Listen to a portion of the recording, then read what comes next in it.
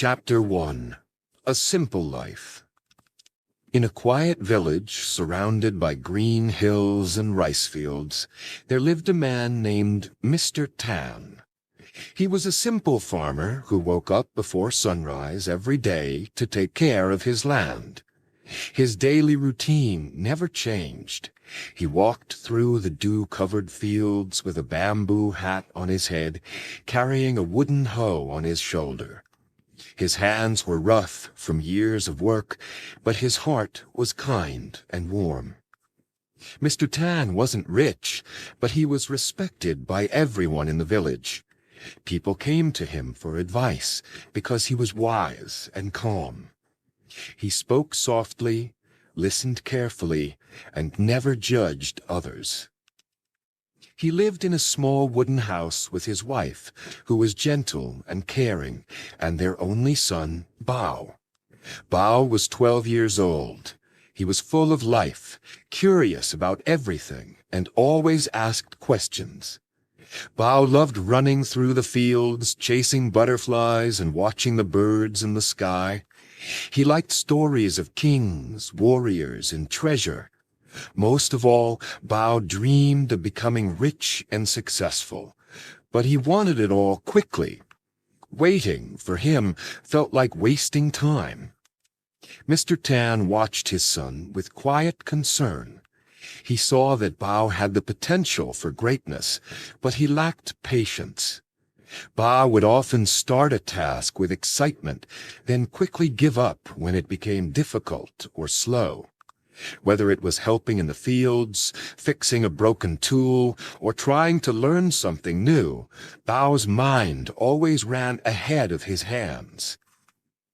One evening, after a long day of playing with his friends, Bao came home, sat down beside his father, and sighed deeply. "Father, why do we work so hard every day? We don't have much money. I want to be rich. I want to do something big, something fast. Why can't we sell the farm and move to the city?" Mr. Tan smiled and placed a gentle hand on his son's shoulder. "My son," he said calmly, "things that come fast often don't last. Success is not a race. It's a journey. Tomorrow, I will show you something that will help you understand. But first, rest. We begin early." Chapter 2. The Bamboo Seed. The next morning, Mr. Tan woke Bao before sunrise. The boy rubbed his eyes and yawned, still sleepy, but curious. They walked quietly to a small patch of land behind their house. The birds were just beginning to sing, and the sky was painted with shades of pink and orange. Dew sparkled on the grass, and the scent of morning earth filled the air. Mr. Tan held out his hand and gave Bao a small brown seed. "This is the bamboo seed. It may look small, but it holds a powerful lesson. Today, you will plant it." Bao looked puzzled. "Just one seed? That's it? How is this going to make me rich or successful?" His father chuckled softly. "Plant it with care. Water it every morning. Do not miss a single day, and do not expect anything quickly." Bao dug a small hole, placed the seed inside, and covered it with soil. He poured water over the ground as his father watched. The soil soaked up the water, dark and rich. Mr. Tan nodded with approval. For the first few days, Bao was excited. Every morning he rushed to the spot to check for signs of growth. He imagined a tall tree springing up overnight. He told his friends that something big was coming. He even gave the patch of soil a name, the fortune spot. But the ground remained the same, just wet dirt. No green shoot, no leaves, nothing. After a week, Bao frowned.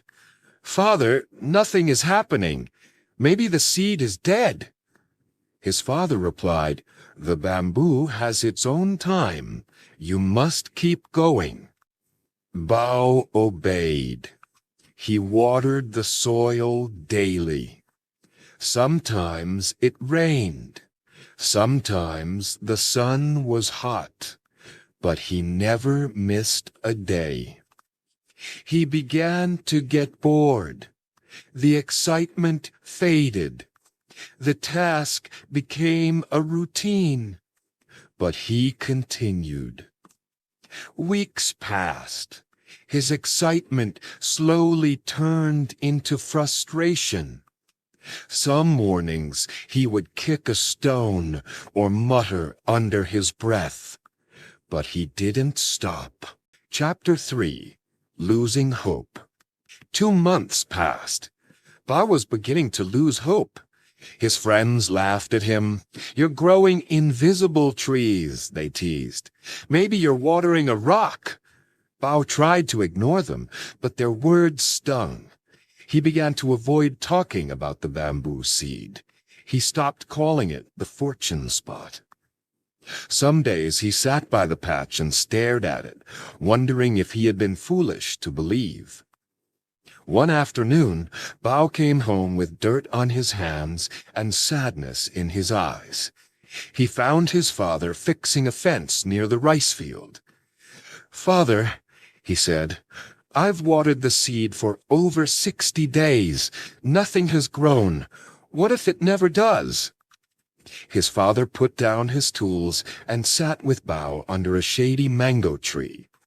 The sun was low in the sky, casting long shadows. "My son," he said gently, "do you know what the bamboo does during the first few months? It does not grow above the ground. It grows below. The roots stretch deep into the earth. It builds a strong foundation." Bao looked at him with disbelief. "But I can't see it. It feels like I'm wasting my time." That's the hardest part of life. The most important growth is often invisible. If you stop now, the roots will die, and the bamboo will never grow. But if you continue, something amazing will happen. Bao looked down at his hands and nodded slowly. "I'll keep watering." And he did. He returned to the patch each day, quietly doing his task. He no longer talked about the seed. He simply worked. Chapter 4. Breakthrough. Nearly 5 months had gone by. Bao had changed. He no longer rushed or complained. Every morning he carried a small clay pot filled with water and walked to the patch. He poured the water slowly, carefully, and returned quietly. He had learned to appreciate the stillness of the morning, the feel of the earth, the rhythm of his task. One early morning, just after a night of heavy rain, Bao walked out to the garden. As he approached the patch, he stopped suddenly. His eyes widened. A small green shoot was peeking out of the soil. He dropped the pot and ran back to the house, shouting, "Father, it's growing! The bamboo! It's finally here!" Mr. Tan smiled as he followed his son. Together they stood and stared at the tiny sprout. Bao knelt down and touched the green stem gently, as if it were a treasure. In the following weeks, the bamboo grew at an incredible speed. Each day it was taller. After 1 week, it was up to Bao's knees. After 2 weeks, to his chest. After a month, it was taller than Mr. Tan. After 2 months, it was taller than their house. Bao couldn't believe it. He touched the smooth, tall stalk and whispered, "So this is what patience looks like." "Yes," said Mr. Tan, his eyes shining. "And it's also what discipline, commitment, and faith look like." Chapter 5. The Test. Years passed. Bao was now a young man of 21. He was taller, stronger, and wiser. The lesson of the bamboo seed had stayed in his heart. He never forgot those long months of silence, the laughter of his friends, or the quiet strength he built each day he chose not to give up. Bao had grown into someone the village admired. He worked hard on the farm and helped neighbors in need. But his dreams had also grown. He no longer dreamed only of wealth or fast success. Now he dreamed of building something that lasted. "I want to open a tea shop," Bao told his father one evening as they sat on the porch. "A place where people can come, talk, rest, and drink something made with care. Not just tea, an experience." Mr. Tan raised an eyebrow. "That's a big dream, son. Do you have a plan?" Bao nodded. "I've saved some money. I found a small wooden house at the edge of the village I can rent. It needs repairs, but I'll fix it. I'll grow herbs in the back garden. It may take time, but I'm ready." Mr. Tan looked at him with pride. "Then water your new seed, Bao." Bao began his new journey. He cleaned the shop, painted the walls with soft, earthy colors, and built shelves from leftover bamboo. He planted mint, lemongrass, and jasmine in the garden. He designed a menu with care and gave the shop a name, Root and Leaf.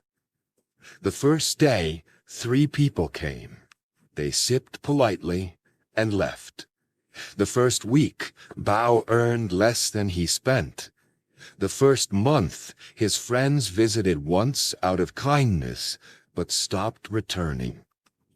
"Give up," some villagers whispered. "People here don't care about fancy tea." One evening, Bao sat alone in the empty shop. The candlelight flickered. His hands were tired from cleaning. His heart felt heavy.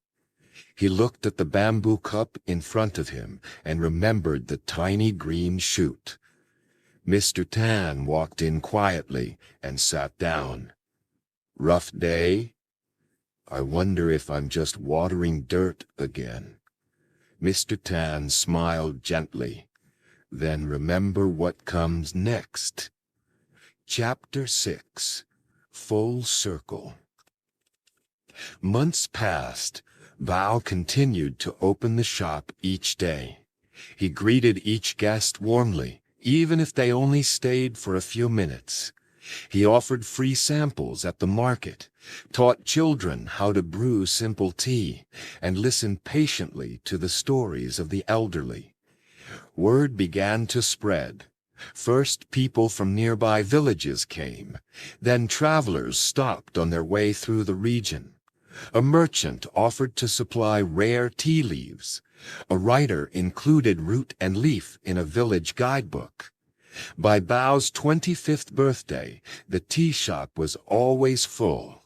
Locals met there after work. Couples visited for quiet moments. Tourists came to taste his famous bamboo jasmine blend. One afternoon, Bao stood behind the counter, watching the room. Laughter at one table, quiet reading at another. 2 children sketching in the corner. Mr. Tan entered the shop and sat down in his usual corner. Bao poured him a cup of warm jasmine tea and joined him. "Do you remember, father? The patch of dirt, the long months of waiting?" Mr. Tan nodded.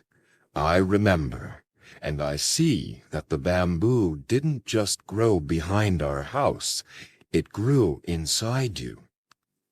Bao looked around the room, then down at his hands. "The shop was my new seed. The weight was just as hard, but now I understand. You built strong roots, and that's why you stand tall. Outside the shop, bamboo trees swayed gently in the wind, planted by Bao years before, just beside the garden where his tea herbs now bloomed. Thanks for watching. Take action today, not tomorrow. Press subscribe. And let's keep learning together. You're doing great. See you in the next one. Stay strong.